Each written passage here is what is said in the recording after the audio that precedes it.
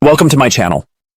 Today we delve into a chilling real-life story that might make you think twice before letting someone move in with you.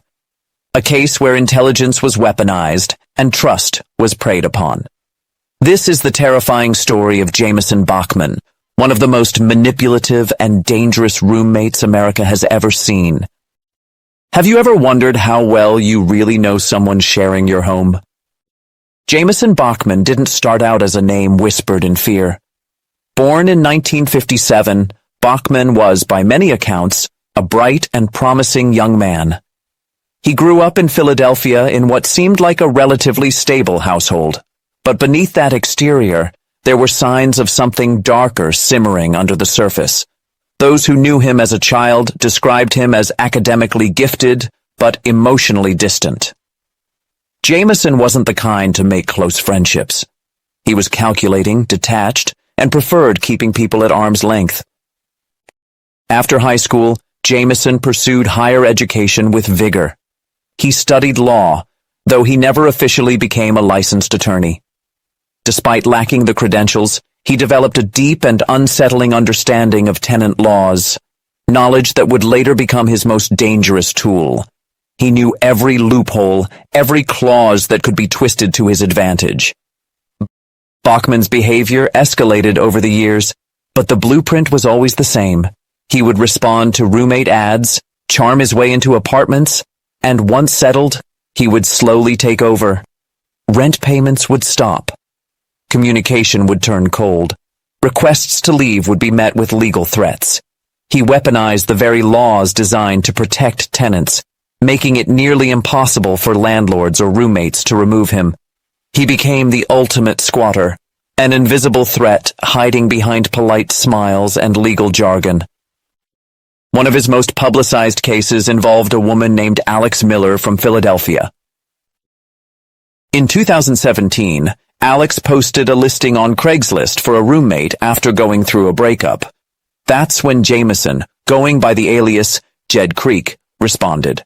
At first, he seemed like the perfect tenant, articulate, well-dressed, and carrying himself with the air of a former lawyer. But soon after moving in, the situation deteriorated. Jamison refused to pay rent, refused to leave, and even resorted to intimidating Alex inside her own home. He would turn off the power, block doors, and at times stand silently in doorways, staring. The police were called numerous times, but Jamison knew exactly how far he could push without breaking the law. Alex was trapped in a nightmare in her own apartment. Sadly, Alex was not alone. A trail of former roommates across multiple states told similar stories. He left psychological scars on many, turning their homes into battlegrounds. But who was Jamison Bachman beneath this chilling persona? Experts in criminology and psychology suggest that Bachman displayed traits commonly associated with narcissistic personality disorder and antisocial behavior. He was manipulative, lacking empathy, and enjoyed the control and chaos he created. His intelligence made him all the more dangerous. He wasn't a mindless predator. He was calculating and strategic. It's important to note that Jamison's manipulations weren't limited to strangers. His own family became victims. His relationship with his brother Harry Bachman deteriorated over the years, culminating in a tragic ending. Jamison Bachman is believed to have murdered his brother Harry Bachman in 2017. According to reports, Harry was found strangled in his home shortly after Jamison was released on bail for attacking him.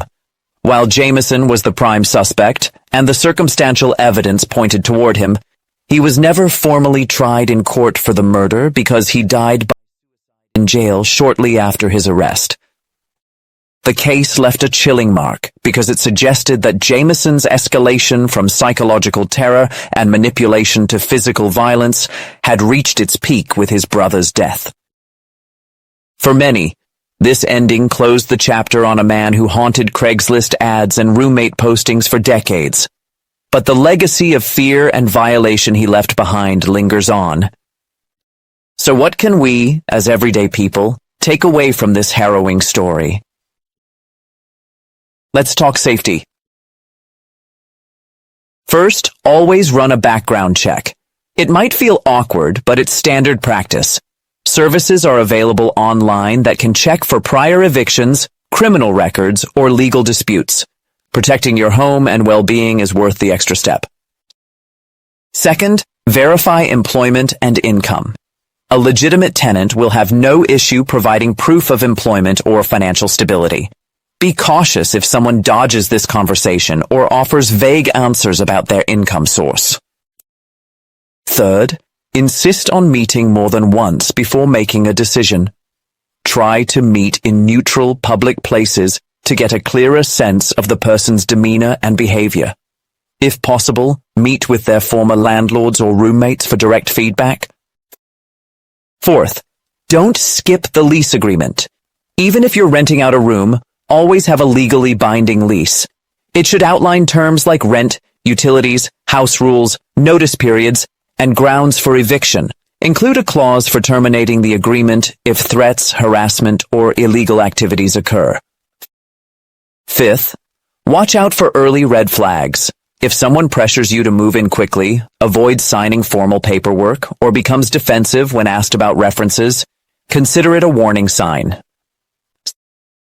Sixth, maintain control over utilities and locks. As the homeowner or primary tenant, keep control of key household services such as electricity, water, and internet accounts. If you ever feel unsafe, being able to control these assets is crucial. Seventh, secure shared spaces. Install cameras in common areas like the front door, hallways, and exterior of your property. Ensure these devices comply with local privacy laws, but having visual records can deter bad behavior and provide critical evidence if needed. Eighth, create an emergency plan. Share your living situation details with a trusted friend or family member. Have a safe word or phrase you can use to signal if something goes wrong. Know your nearest exits and have an escape plan ready just in case. Ninth, never underestimate minor threats. Many victims, including those who encountered Jamison Bachman, initially brushed off disturbing behavior as quirks or misunderstandings. If someone starts intimidating you or invading your privacy, don't minimize it. Seek help early. 10th, understand your local tenant rights and landlord obligations. Different cities and states have varying laws on eviction, squatter rights, and tenant protections. Familiarizing yourself with these can empower you to act swiftly if something goes wrong. Lastly, always listen to your gut.